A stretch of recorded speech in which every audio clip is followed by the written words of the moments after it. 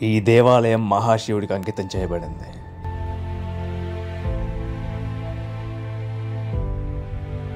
ఈ దేవాలయంని రాజరాజ చోళన్ 1003 నుండి 1010 వరకు సామాన్య శకంలో నిర్మించారు.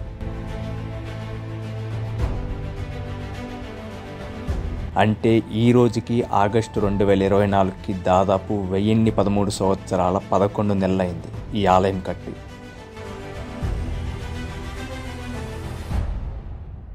ఆలయం గోపురం ఎత్తు 216 అడుగులు. ఈ ఆలయం మొత్తం కట్టడానికి 1,30,000 టన్నుల గ్రానైట్ని వాడారు. కానీ మనల్ని ఆశ్చర్యపరిచే విషయం ఏంటంటే ఈ తంజావూరుకి 60 కిలోమీటర్ల సమీపంలో ఒక కొండ కానీ రాళ్ల గుట్టలు కానీ ఏమీ లేవు. అయితే ఈ గ్రానైట్ని ఎక్కడి నుండి తెచ్చినట్లు? ఇది అంతు చిక్కని ప్రశ్న.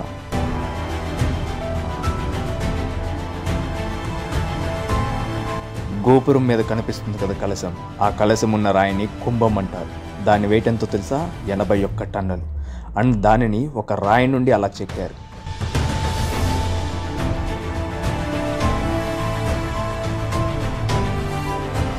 అసలు మెయిన్ అర్థం కాని విషయం ఏంటంటే ఎలాంటి ఎక్విప్మెంట్ లేని ఆ రోజుల్లో అంత పెద్ద రాయిని అక్కడ అలా పెట్టారు. ఇది మరొక ప్రశ్న.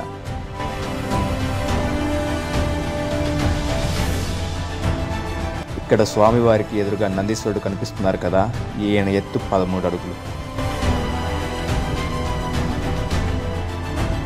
ఈ 1000 ఏళ్లలో 6 భూకంపాలు వచ్చినా ఒక్క చిన్న రాయి కూడా కదలలేదు. అంటే ఈ ఆలయాన్ని ఎంత స్ట్రాంగ్గా కట్టారో చూడండి. మనకు అర్థం కాని మరొక ప్రశ్న ఏంటంటే అసలు ఈ ఆలయ పిల్లర్స్ నీడ కానీ గోడల నీడ కానీ పడుతుంది, కానీ ఆలయం గోపురం నీడ ఎక్కడ పడట్లేదు. ఎందుకు? ఇది కూడా అంతు చిక్కని మరో ప్రశ్న. అసలు ఈ ఆలయం ఎక్కడ ఉంది, మన 2 తెలుగు రాష్ట్రాల నుండి ఎలా చేరుకోవాలి, ఎక్కడ స్టే చేయాలి అని క్లియర్గా ఎక్స్ప్లెయిన్ చేస్తాను చూడండి. మీకు ఎలాంటి డౌట్స్ ఉన్నా కామెంట్ సెక్షన్లో కామెంట్ చేయండి. ఇక లేట్ చేయకుండా వీడియోలోకి వెళ్ళిపోదాం. హలో అందరికీ నమస్తే, నేను మీ Anudeep and welcome back to our channel Anudeep budget travel vlogs. ముందుగా తంజావూరు ఎలా చేరుకోవాలో చెప్తాను చూడండి. 2 తెలుగు రాష్ట్రాల నుండి తంజావూరుకి డైరెక్ట్గా ట్రైన్స్ ఉన్నాయి, కానీ హైదరాబాద్ నుండి వీక్లీ 1 ట్రైన్ ఉంది అండ్ ఆంధ్రప్రదేశ్ నుండి వీక్లీ 4 ట్రైన్లు మాత్రమే ఉన్నాయి. వాటి డీటెయిల్స్ డిస్క్రిప్షన్లో ఇస్తాను చూడండి. టికెట్స్ దొరకడం కొంచెం కష్టం, సో ముందుగానే టికెట్స్ బుక్ చేసుకోండి. ఒకవేళ మీకు ఈ డైరెక్ట్ ట్రైన్స్కి టికెట్స్ దొరకకపోతే 2 తెలుగు రాష్ట్రాల నుండి చెన్నై వరకు చేరుకొని అక్కడ నుండి తంజావూరుకి ట్రైన్లో చేరుకోవచ్చు. ఈ ట్రైన్స్కి సంబంధించిన డీటెయిల్స్ కూడా డిస్క్రిప్షన్లో ఇస్తాను చూడండి. మ్యాక్సిమం మీరు డైరెక్ట్ ట్రైన్స్లోనే ట్రావెల్ చేయడానికి ట్రై చేయండి. ఎందుకంటే మనం ఒక చోటు నుంచి ఒక చోటుకు వెళ్ళి అక్కడ నుండి మళ్ళీ వేరే ట్రైన్ ద్వారా మళ్ళీ వేరే చోటుకు వెళ్ళడం అనేది చాలా కష్టమైన పని. సో కుదిరినంత వరకు ముందుగానే ప్రీ ప్లాన్డ్గా డైరెక్ట్ ట్రైన్స్కి టికెట్స్ బుక్ చేసుకోవడానికి ట్రై చేయండి. మీరు ఎలా ప్రయాణించినా తంజావూరుకి చేరుకునేసరికి సాయంత్రం అవుతుంది. రైల్వే స్టేషన్ చేరుకున్నాక బయటికి వచ్చారంటే టెంపుల్ వరకు వెళ్ళడానికి మనకి బస్సెస్ ఆటోలు ఉంటాయి. దానికంటే ముందు మనం హోటల్లో చెక్-ఇన్ అయ్యి ఫ్రెష్ అయ్యి ఆ తర్వాత ప్లాన్ చేద్దాం. రైల్వే స్టేషన్ దగ్గరలో మనకి చాలా హోటల్స్ ఉన్నాయి. నేను స్టే చేసిన హోటల్ పేరు హోటల్ రామ్నాథ్. ఆలయానికి 800 మీటర్ల దూరంలో ఉంది. రైల్వే స్టేషన్కి 1 కిలోమీటర్ దూరంలో ఉంది. ఇక్కడ మ్యాక్సిమం 2 ఉండొచ్చు. పర్ డేకి 850 రూపాయలు ఛార్జ్ చేస్తారు. మీరు కనుక వీకెండ్స్లో కానీ ఏదైనా అకేషన్లో వచ్చినట్లయితే కనుక మినిమం 1500 రూపీస్ ఉంటుంది. అండ్ మనకి ఆలయానికి దగ్గరలో రైల్వే స్టేషన్కి దగ్గరలో చాలా హోటల్స్ ఉన్నాయి. మీరు కంగారు పడాల్సిన అవసరమే లేదు. చెక్-ఇన్ అయ్యి ఫ్రెష్ అయ్యి రిలాక్స్ అవ్వండి. నెక్స్ట్ డే మార్నింగ్ దర్శనానికి వెళ్ళండి. ఎర్లీ మార్నింగ్ లేచి ఫ్రెష్ అయ్యి బ్రేక్ఫాస్ట్ చేసుకొని టెంపుల్ చేరుకోండి. 800 మీటర్ల దూరమే కదా అని నేను నడుచుకుంటూ వచ్చేసా. మీరు నడవలేకపోతే ఆటోలు ఉంటాయి. పర్ హెడ్కి 15 రూపాయలు ఛార్జ్ చేస్తారు. మీరు ఆలయానికి చేరుకోవచ్చు. ఇదే ఆలయం మొదటి ద్వారం. దీనిని మరాఠా గేట్వే అంటారు. దీనిని చివరిగా ఈ ప్రదేశాన్ని పరిపాలించిన మరాఠా రాజులు దీన్ని నిర్మించారు. మామూలుగా మనకి ఆలయాల ద్వారాలపైన శిల్పాలు చిత్రాలు ఉంటాయి, కానీ ఈ ద్వారపు గోడలపైన ఫిరంగులు తుపాకులు పెట్టుకుని యుద్ధం చేసేలా కట్టడం జరిగింది. ఎందుకంటే ఎవరైనా ఆలయాన్ని ధ్వంసం చేయాలని చూస్తే కాపాడుకోవడానికి ఈ రీతిలో కన్స్ట్రక్షన్ చేశారు. నన్ను ఈ ఆలయంలో ఏదైనా బాగా ఆకట్టుకుంది అంటే అది ఇదే. దీనిని వర్ణించడానికి నాకు మాటలు రావడం లేదు. ఈ ద్వారంను చూస్తుంటే మీకేమనిపిస్తుందో నేను దీని గురించి చెప్పేలోగా కామెంట్ చేయండి. ఇది 2వ ద్వారం. దీనిని కేరళాంతకన్ తిరువసాయ్ అని అంటారు. చోళరాజు చరాసి యుద్ధం గెలిచినందుకు గుర్తుగా ఈ ద్వారాన్ని నిర్మించాడు. ఇది ఏ ఆకారంలో ఉందో అర్థమైందా? సరే నేను చెప్తా చూడండి. కరెక్ట్గా చూస్తే ఇది ఒక సింహాసనం లాగా కనిపిస్తుంది. మీరు కరెక్ట్గా చూడండి. ఇది నిజంగా అదేనా అంటే నాకు తెలియదు, కానీ చూస్తే ఆ స్ట్రక్చర్ అలాగే ఉంది. ఆయన రాజసత్వం ఉట్టిపడేలా గర్వంగా ఉంది. మీకు నేను చెప్పిన తర్వాత అలాగే ఉందో లేదో కామెంట్స్లో చెప్పండి. ఈ ఎంట్రన్స్ దగ్గర బ్యాగ్స్, చెప్పల్స్ పెట్టుకోవడానికి లాకర్స్ ఉన్నాయి. బ్యాగ్కి 10 రూపాయలు ఛార్జ్ చేస్తారు, చెప్పలకి 2 రూపాయలు ఛార్జ్ చేస్తారు. ఇది 3వ ద్వారం. చూస్తుంటే మనసులో ఏదో తెలియని అనుభూతి. అసలు ఎలా కట్టారు? ఒక్కొక్క రాయి బరువు టన్నుల్లో ఉంటుంది. అంత ఎత్తుకు ఎలా తీసుకువెళ్ళారు ఏంటి అని ఆలోచిస్తే బుర్ర హీట్ ఎక్కుతుంది. నిజంగా దీన్ని చూసి ఎక్సైట్మెంట్తో పోయేలా ఉన్నాను. నిజంగా మన సౌత్ ఇండియన్స్ చాలా అదృష్టవంతులు. ఈ ద్వారాన్ని రాజరాజన్ తెరుసాయి అని అంటారు.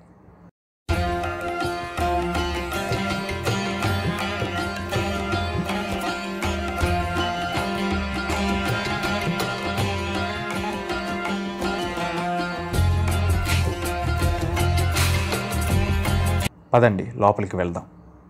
ఈ ఆలయంలోకి వస్తుంటే నాకు ఒక రాజ్యంలోకి వస్తున్నట్లు అనుభూతి కలుగుతుంది.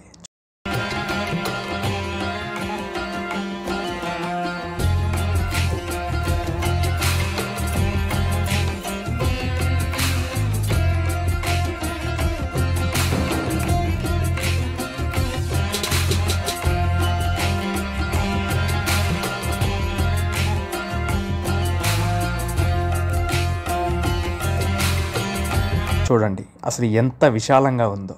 ముందు మనం ఆ పరమశివుడి దర్శనం చేసుకొని తరువాత ఆలయ పరిసరాలు చూద్దాం.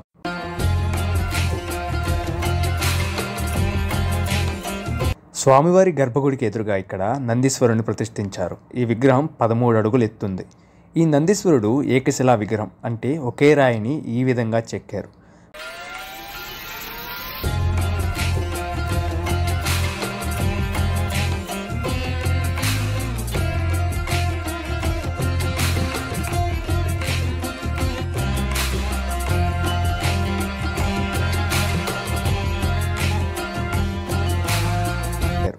పదండి ఆలయంలోనికి వెళ్దాం.